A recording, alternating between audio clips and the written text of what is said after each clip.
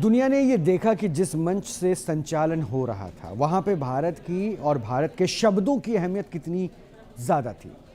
भारत की बढ़ती शक्ति ही दुनिया उसकी मुरीद नहीं हो रही है, बल्कि भारत के पकवान भी, क्योंकि अब हम बात भारत के स्वाद की करने वाले हैं। क्योंकि भारत के पकवान भी आज Biden, Sunak, Albanese, Fumio Kishida, Giorgia Meloni जैसे नेताओं के बीच चर्चा का विषय बने रहे। मिलेट से बने स्पेशल थाली, गुलाब जामुन, रसमलाई, जलेबी, G20 के गाला डिनर की ही पूरी दुनिया में चर्चा हो रही है और उस थाली को हम आपके सामने ला रहे हैं।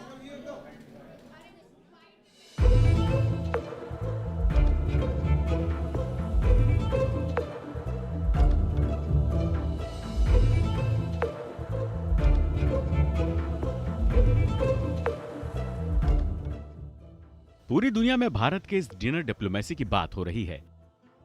जो Biden, Rishi Sunak, Olaf Scholz, Mohammed bin Zayed, Mohammed bin Salman, Tayyip Erdogan, Giorgia Meloni, Anthony Albanese जैसे दुनिया के बड़े बड़े नेताओं ने शुद्ध शाकाहारी भारतीय व्यंजनों का स्वाद चखा। विदेशी मेहमानों को भारतीय स्वाद हमेशा याद रहे, इसके लिए पिछले कई दिनों से तैयारी चल रही थी और जब डिनर शुरू हुआ तो सभी मेहमान खाने के स्वाद की ही बातें करते नजर आए।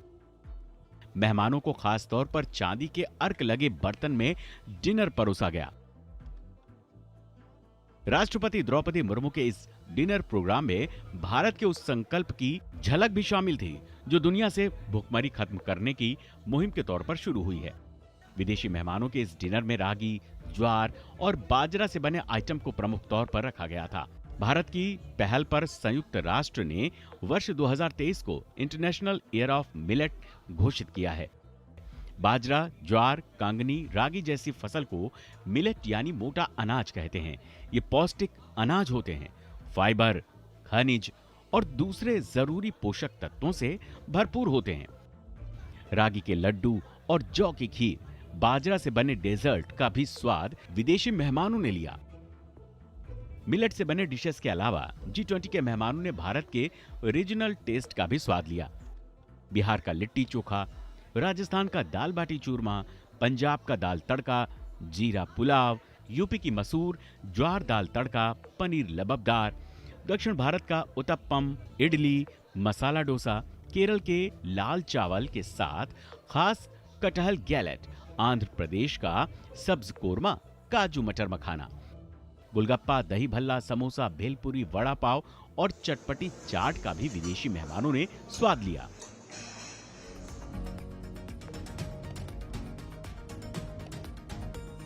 पेय पदार्थों में कश्मीरी कहवा था, फिल्टर कॉफी थी, दार्जिलिंग चाय और पान के स्वाद वाला चॉकलेट भी राष्ट्रपति के विशेष मेहमानों का स्वाद बढ़ा रहे थे। इस रात्रि भोज के लिए तैयार की गई व्यंजन सूची में ऐसे व्यंजन शामिल किए गए हैं जो भारत में मॉनसून के दौरान खाए जाते हैं। ऐसा नहीं था कि इस डिनर में सिर्फ भारतीय व्यंजन, स्टार्टर, मेन कोर्स और पेय पदार्थ थे। थाई और डेनमार्क के व्यंजन भी रखे गए थे। कुकम्बर, वैलीज, कैबेज और डेनमार्क की डेनिस ब्रेड रोल के साथ डेजर्ट में sizzling brownie, hazelnut, cinnamon ice cream और केक भी परोसे गए। भारत ने G20 के इस डिनर डिप्लोमेसी के जरिए दुनिया को मोटे अनाज से भुखमरी दूर करने का मंत्र भी दिया। गरीब देशों को एक अच्छा संदेश भी दिया। मोटा अनाज आज की जरूरत है।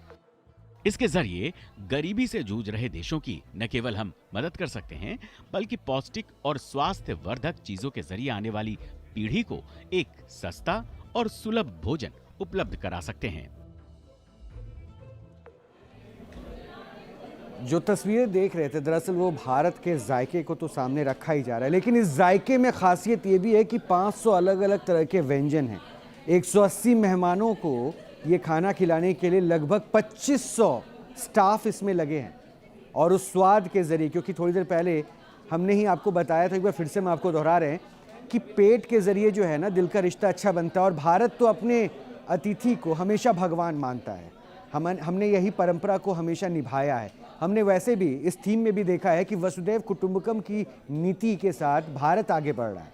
ये अलग बात है कि चीन ने इसका विरोध भी किया था, लेकिन आज जिस मंच पर भारत की समझ, भारत की सूझबूझ, भारत की सामंजस्य बैठाने की जो एक अलग तरीके के साथ दुनिया ने एक अलग तस्वीर देखी और उस मंच पर जिस तरह से भारत के अफ्रीकन यूनियन को शामिल करने के प्रस्ताव पे, यानी वो अफ्रीकन यूनियन जिसमें 55 देश शामिल है, उस अफ्रीकन यूनियन को शामिल करने के प्रस्ताव पर जिस तरह से लोगों का मुहर लगता है, क्योंकि 3 महीने से प्रधानमंत्री इस पहल के लिए काम कर रहे थे और अब G20 एक नए प्रारूप के साथ, नए रूप के साथ सामने आएगा। और सबसे जो खास बात रही, थोड़ा सा पीछे लेकर आपको चल रहा हूं, क्योंकि बाली में जब डिक्लेरेशन हुआ था, यानी बाली में जब एक कंक्लूडिंग रिमार्क देना था, उस वक्त 2 ही पैराग्राफ पर बात हो पाई थी। और 2 पैराग्राफ पे बात इसलिए हो पाई थी क्योंकि रशिया और चीन ने यूक्रेन वॉर को लेकर तमाम पहलुओं पर अपने पॉइंट्स नहीं रखे थे। इसलिए भारत के सामने ये भी चुनौती थी कि आखिर डिक्लेरेशन के वक्त में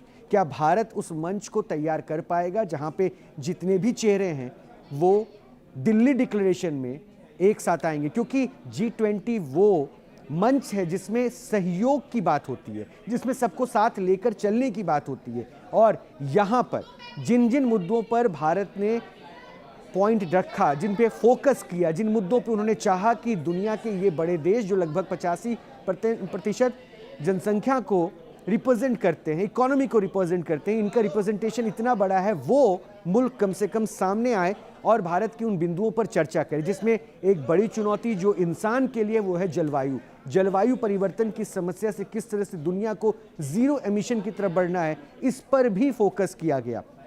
सिर्फ इतना ही नहीं, जिस नीति का विरोध हो रहा है वो दरअसल हो रहा है छोटे मुल्कों को जो विकास की ओर जा रहे हैं, वैसे मुल्कों को